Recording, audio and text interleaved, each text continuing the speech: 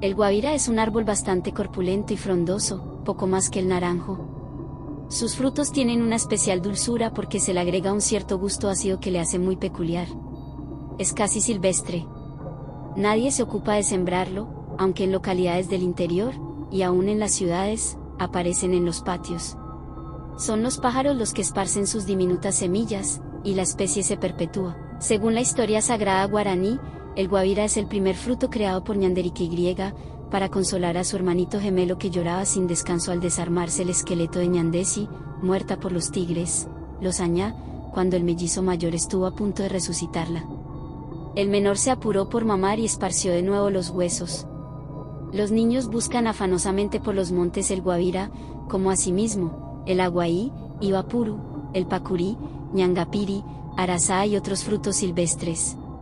Cuando es la época y lo encuentran, se dan un festín gozoso. La comercialización de estos frutos es escasa, se los va dejando de lado, salvo el arazá y el aguaí, en la preparación de dulces.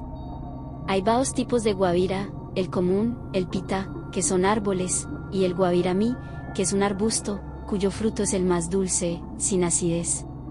El de la leyenda es el guavirá pita, cuyas propiedades se suponen son mágicas. Dicen que su consumo tiene la propiedad de hacer olvidar el pasado. Lo usaban los paje para lograr que alguien olvidara algún amor no correspondido o alguna pena que lo aquejara. Para conseguir la amnesia, se hierven las cáscaras del guavirá y la infusión debe ser tomada por quien desea olvidar algo o a alguien. Corren las primeras épocas de la colonización. Corren como los primeros caballos que atravesaron la mar océano.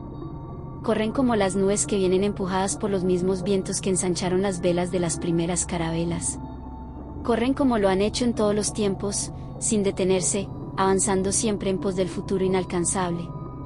Los bravos indios de esta tierra se enfrentan a los conquistadores que vienen con su soberbia en busca del dorado. Dispuestos a todo por un pedazo de oro, los hombres de allende el mar se internan en los bosques de las nuevas tierras y se enfrentan cuerpo a cuerpo con los aborígenes. En una de aquellas luchas un guerrero español cae prisionero del temido cacique Jaguati. Jaguati tenía una hija muy hermosa pretendida por varios de sus mejores guerreros a los cuales ella había rechazado uno a uno. Cuando el hombre blanco llegó a la aldea fue encerrado en una jaula. Allí, avergonzado y temeroso, pasó sus primeros días sin probar bocado. Pensaba en su dulce amada que había dejado en las ahora lejanas tierras europeas. Imaginaba que ya no volvería a verla. Sufría por ella. Se veía sacrificado por aquellos salvajes de los cuales no entendía ni siquiera el idioma. Lloraba en silencio. En esos pensamientos estaba cuando sintió la penetrante mirada de Apikasu, la joven y bella hija de Jaguati. Ella le entregó dulcemente una vasija con agua fresca y él, sediento, aceptó. Desde entonces fue Apikasu quien llevó los alimentos destinados al prisionero. Su figura le había impactado al punto de sentirse totalmente enamorada del extranjero. Apikasu entonces habló con su padre. Le pidió que le entregara al prisionero porque se había enamorado de él, que le perdonara la vida. El cacique se mostró condescendiente con su amada hija. ¿Cómo iba a negarle un deseo? Además quería que su hija le diera descendientes. Apikasu inició la seducción del extranjero. Ante las atenciones de la joven el hombre se mostraba amable pero distante y no daba muestras de corresponderle. Como si estuviera en otro lado y no en aquella aldea. Apikasu le hizo mantas y adornos.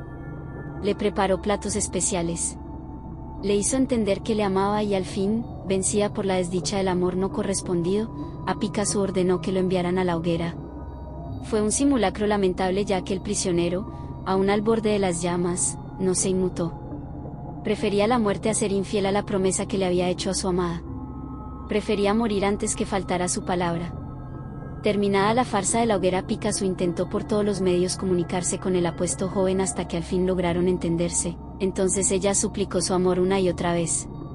Pero él, con absoluta sinceridad le confesó que no podía amarla, que le agradecía lo que ella había hecho por su vida pero que era un imposible porque había dado su palabra a otra mujer. Apikasu lloró mucho aquel día encerrada en su choza. Su padre intentó consolarla pero ella insistía en que estaba enamorada del extranjero. Una voz amiga que Apikasu no reconoció la sacó de triste llanto. «Ve a ver a la cuña paje», murmuró alguien a través de una abertura de la choza en medio de la noche. Apikasu salió a ver quién le aconsejaba pero solo encontró el silencioso sueño de la aldea. De inmediato, Apikasu se puso en marcha. Al llegar a la casa de la hechicera, a Picasso encontró que ésta le estaba esperando. Pensé que ya no vendrías, le dijo. Hace días que estoy esperándote, cuéntame todo, dijo la hechicera acomodándose en su poltrona. A Picasso le contó sus desdichas y sus penas paso a paso sin olvidarse de ningún detalle. Es muy sencillo lo que debes hacer, dijo la cuña paje. Quiero saberlo ya, respondió la joven inquieta. Mañana bien temprano vas a invitar al extranjero a dar un paseo. Llévalo hasta la falda del primer cerro elevado que veas. Allí encontrarás un papagayo que te preguntará qué buscas. Dile que quieres encontrar los frutos del guavira y él te conducirá hasta los árboles donde podrás tomar la fruta. Dale de comer esos frutos a tu extranjero en forma abundante. Tienen una propiedad mágica, se olvidará de todo lo que vivió en sus tierras y entonces quedará a tu voluntad. El resto tendrás que hacerlo tú misma. Sonriente y reconfortada por las palabras de la hechicera, la joven princesa volvió a su aldea con el espíritu cambiado. A la mañana siguiente, Hawati no podía creer el espíritu alegre de su hija. A Picasso se levantó de buen humor e hizo como la hechicera le indicara. Invitó al extranjero a dar un paseo. Divisó el cerro, se dirigió hacia él y encontró al papagayo parlante que les habló atentamente ante el asombro del extranjero. Más tarde, conducidos por el animal, encontraron los jugosos frutos del guavira, de los cuales el extranjero tomó los más grandes deleitándose con ellos. Está de más decir que el hechizo se hizo realidad. El extranjero quedó para siempre en la aldea y Hawati tuvo una numerosa descendencia producto del amor de su hija con el hombre blanco. Gracias por su visita, espero les haya gustado este formato de video. Comenten qué personaje mitológico quieren que dibuje y cuente su historia. Pueden seguirme en todas las redes sociales como Sariri Art y ver mi trabajo.